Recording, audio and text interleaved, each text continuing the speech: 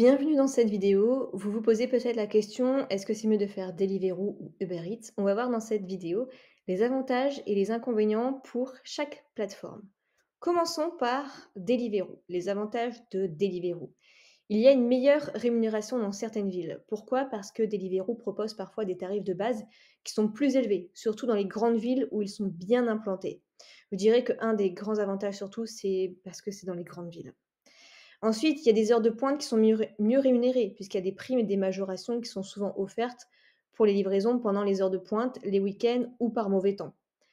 Il y a la possibilité aussi de planifier ses créneaux d'horaire à l'avance. Donc là, vous pouvez réserver vos horaires de travail à l'avance, ce qui permet une meilleure organisation de votre temps. Mais dans un sens, vous êtes obligé de réserver. Donc, c'est un peu embêtant quand même.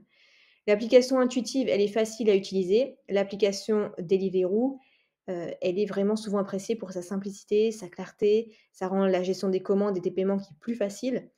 Et il y a aussi une meilleure relation avec les restaurants qui sont partenaires parce qu'en général, les livreurs rapportent une meilleure communication et une collaboration avec les restaurants sur Deliveroo.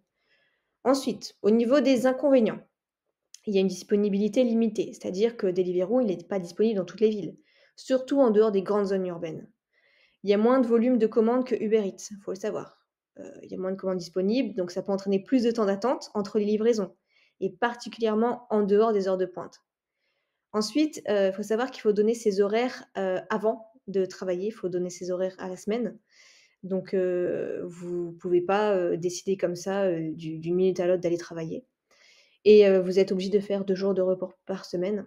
Donc, c'est moins, bien qu'Uber Eats par rapport à ça parce qu'Uber Eats, vous travaillez quand vous voulez. Vous pouvez, travailler, à 11 heures du matin, vous pouvez travailler à 1 heure du matin, vous pouvez décider d'aller travailler même quand vous n'avez pas, décidé. Enfin, il n'y a pas d'horaire à hop, vous mettez votre application en ligne et vous travaillez, en fait. Alors que là, il faut quand même donner ses horaires avant et cetera. Il faut quand même des jours de repos. C'est pas pareil. Il faut réserver des créneaux horaires. Donc les créneaux horaires, ça peut être parfois être difficile à obtenir en plus, surtout pour les nouveaux livreurs parce que les livreurs anciens se mettent toujours sur les mêmes créneaux horaires et c'est un service client qui est parfois long à répondre parce qu'il y en a beaucoup qui se plaignent d'un support qui est moins réactif comparé à Uber Eats. Ensuite, au niveau des avantages d'Uber Eats, il y a un grand nombre de commandes qui est disponible puisque c'est présent dans nombreuses villes et même les petites villes et il y a beaucoup de restaurants qui sont partenaires, ce qui signifie plus d'opportunités de livraison. Flexibilité totale des horaires, vous pouvez tout connecter et travailler à tout moment, sans avoir besoin de réserver des créneaux d'horaires à l'avance comme je le disais avant. C'est une application qui est largement disponible, bien connue, il y a tellement, tellement de pubs de l'application Uber Eats. C'est populaire, c'est mondial, il y a beaucoup de visibilité et d'opportunités pour les livreurs.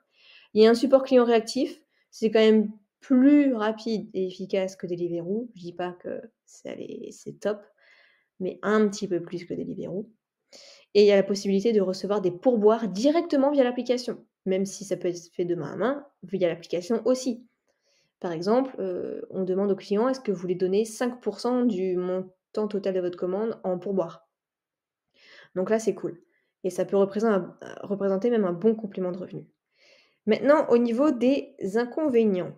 Alors là, c'est une rémunération qui est très variable. Le tarif de base, il peut être plus bas que Deliveroo dans certaines villes et les livreurs doivent parfois compter sur des primes pour augmenter leurs gains. Il y a une concurrence qui est élevée entre les livreurs. Comme, en raison de la popularité d'Uber Eats, il y a souvent beaucoup de livreurs qui sont disponibles, ce qui peut rendre difficile d'obtenir des commandes pendant des heures creuses. Il y a moins de contrôle aussi sur les horaires de travail. Bien que vous puissiez travailler quand vous voulez, l'absence de réservation de créneaux, ça peut signifier une plus grande incertitude quant au nombre de commandes qui sont disponibles à un moment donné. Il y a des primes et des majorations moins fréquentes. Il y a moins de primes de performance ou de majoration pendant les heures de pointe que sur Deliveroo. Alors en conclusion, est-ce que c'est mieux de faire Deliveroo ou Uber Eats? Eh bien, ça dépend de vos priorités personnelles. Si vous recherchez une meilleure rémunération de base et une organisation horaire planifiée, pour travailler juste en complément, Deliveroo, ça peut être le meilleur choix. Mais si vous préférez la flexibilité totale, la possibilité de travailler n'importe quand et un plus grand volume de commandes, alors Uber Eats, ça pourrait être pour vous la meilleure option. À savoir aussi que, juste avant, j'ai oublié de préciser que Uber Eats préfère la livraison en vélo. Alors que, Deliveroo, en fait, Uber Eats, il vous embête à passer une licence de transport de marchandises si vous livrez en voiture. ce qui n'est pas du tout obligatoire. Alors que Deliveroo, il y a pas de souci, si vous, faites, la livraison en voiture et que vous avez moins de 500 kilogrammes de charge utile dans votre, voiture, il y a aucun souci, il y a pas besoin de passer cette licence de transport de marchandises, qui est embêtante pour les livreurs Uber Eats, même si personne ne le fait. Donc voilà un petit peu pour les avantages et les inconvénients. Si, vous êtes, OK avec tout ça et que tout est bon pour vous et qu'il n'y a plus qu'à vous inscrire en tant que livreur Uber Eats et avoir votre numéro de SIRET pour être auto-entrepreneur, je vous mets juste après le tuto d'inscription pour devenir livreur Uber Eats très rapidement. Je vous souhaite la bienvenue sur cette vidéo pour vous expliquer toutes les démarches pour devenir livreur Uber Eats, la façon la plus rapide pour le faire, sans vous prendre la tête et que tout soit centralisé et délégué. Alors bien sûr, il est possible de le faire vous-même, gratuitement sur le site de l'URSSAF, sur le guichet unique, mais parfois on peut être bloqué. On ne sait pas à quoi correspondent certaines choses, on ne sait pas si ça rentre dans les bonnes cases, il y a un risque d'erreur, il y a un risque de retard, il y a un risque d'être bloqué, d'attendre pendant parfois plusieurs mois, alors qu'ici, pour bien moins de 100 €, vous allez pouvoir tout déléguer et faire ça rapidement. Je vais vous montrer de toute façon ici dans cette vidéo toute la procédure de A à Z. On va le faire en même temps. Comme ça, vous allez voir à quel point c'est simple. Donc vous rendez sur le site qui se trouve juste dans la description et vous voyez, vous avez déjà l'onglet devenir coursier. C'est un site très sérieux, vous pouvy aller voir les avis. Ils sont notés 4,3 sur 5 et ils ont plus de 6000 avis. Donc vous pourrez regarder si vous voulez. Donc c'est un dossier prêt en 10 minutes, une procédure 100% en ligne, pas besoin de sortir de chez vous, traitement sous 24 heures. Donc vous cliquez sur devenir coursier. Sur quelle plateforme souhaitez-vous devenir coursier? Donc ici Uber Eats. Quand souhaitez-vous démarrer votre activité? Donc par exemple dans le mois. Quelle est votre situation actuelle? Donc imaginons que vous êtes salarié à l'heure actuelle. Savez-vous ce qu'est une micro-entreprise? Oui ou non? Oui. Bénéficiez-vous d'un accompagnement pour la création de votre micro-entreprise? Non. Quelle est votre identité? Donc là, j'ai mis au hasard, Madame Fanny Wu. Continuez. Vos coordonnées, pareil, j'ai mis au hasard, vous mettez vos coordonnées, continuez. Votre adresse email, numéro de téléphone. Que recherchez-vous? Déléguer toutes les démarches, une solution tout en un. Parce que vous pouvez prendre aussi des options. La comptabilité, même si en tant qu'auto-entrepreneur, vous n'êtes pas obligé. Une banque en ligne ou encore domicilier votre entreprise, votre micro-entreprise à Paris avec Legal Place. Parce qu'ainsi, vous avez la CFE, c'est une sorte de taxe d'habitation pour tous les auto-entrepreneurs.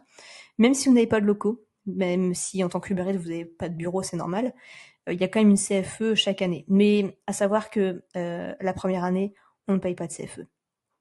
Et continuez. Mais on n'est pas obligé de prendre tout ça. Vous pouvez mettre votre siège social chez vous, il n'y a aucun souci. Donc voici, le dossier est en cours, on a déjà fait la première étape sur les deux. Donc vous avez presque terminé. Donc, on a complété le questionnaire d'information. Ensuite, nous préparons votre dossier pour qu'il soit conforme. Ils déposent pour vous le dossier auprès du greffe. Ils assurent la gestion des échanges avec le greffe.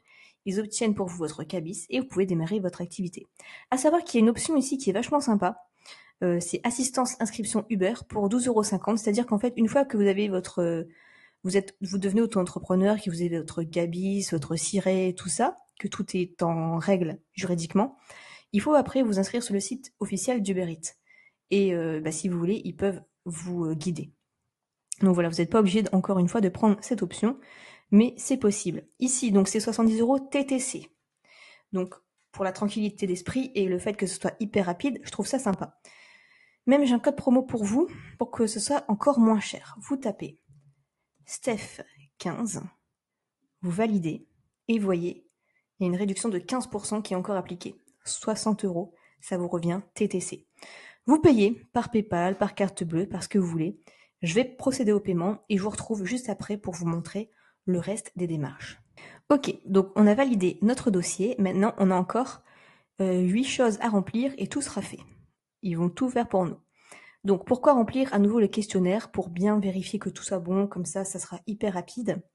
Donc, suivant, avez-vous déjà un numéro de sirène? En gros, est-ce que vous avez déjà une société avant ou est-ce que vous étiez déjà auto-entrepreneur avant? Donc, par exemple, non.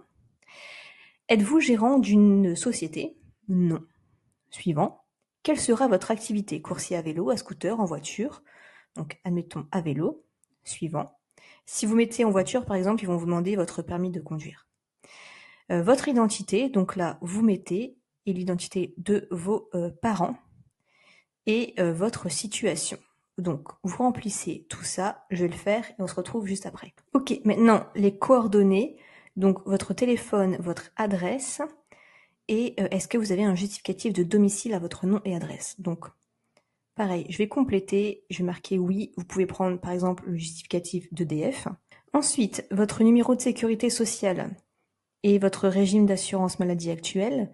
Resterez-vous en même temps salarié, retraité, aucune autre activité, et le chiffre d'affaires que vous prévoyez la première année. Donc par exemple, la première année, vous allez faire ça tranquillement, moins de 10 000. Ici, vous allez faire juste ça, donc vous n'aurez aucune autre activité. Votre régime d'assurance maladie actuel, régime étudiant, non salarié parce que vous êtes déjà auto-entrepreneur en société, vous êtes salarié, régime agricole, autre. Donc majoritairement, c'est régime général, comme il le dit d'ailleurs, c'est le cas le plus fréquent. Ici, je vais mettre mon numéro de sécurité sociale et je vais faire suivant. Voilà. Alors, vous souhaitez payer vos cotisations sociales. Alors, tous les 3 mois ou tous les mois. Alors, c'est bien et c'est pas bien. Moi, je vous conseille quand même tous les mois parce que tous les 3 mois, en gros, vous allez avoir des économies. Pendant 3 mois, vous n'allez rien payer, mais il va falloir payer tout d'un coup au bout d'un trimestre. Moi, je conseille plutôt quand même tous les mois. Ensuite, en savoir plus sur les cotisations sociales, il faut savoir que pour vous, ça va être 22% en tant qu'activité de prestation de service. En gros, sur une journée à 100 euros, vous allez devoir donner 22% à l'URSSAF. Un mois à 1000 euros, vous allez devoir donner 200 euros à l'URSSAF. Suivant, compte pro. Est-ce que vous voulez un compte pro avec votre banque? Donc vous choisissez, vous n'êtes pas obligé du tout. Donc vous pouvez cliquer sur « Je ne suis pas intéressé ». En gros, vous pouvez ouvrir un autre compte, un livret A, un LDD, un livret d'épargne sur votre banque, il n'y a pas de souci. Après, vous pouvez le faire, hein. Ça, il n'y a aucun souci. Validé. Donc voilà, merci de compléter votre dossier, nous nous occupons des démarches. Donc, on confirme les réponses. Voilà, maintenant, il ne reste plus qu'à mettre les justificatifs, la signature à la fin, le compte pro, ça on a dit non, l'assurance pro, c'est optionnel. C'est plutôt si vous avez une assurance qui couvre financièrement une entreprise lorsqu'elle engendre un dommage à un tiers. Donc voilà, comme vous travaillez à l'extérieur, c'est peut quand même intéressant, mais vous pouvez voir ça avec déjà votre banque ou une assurance, de l'assurance de votre voiture, etc. Alors, au niveau des justificatifs, il faudra votre pièce d'identité et votre justificatif de domicile. Et une fois que tout ça est fait, ils vont l'analyser, ils vont le déposer, ils vont le valider. Donc tout ça sera fait très très rapidement en 24 heures. Alors ça ne veut pas dire que vous allez recevoir votre cabis le soir même, mais en tout cas toutes les démarches seront faites en moins de 24 heures. Si vous avez la moindre question, n'hésitez pas à la poser juste en commentaire, je réponds à tout le monde.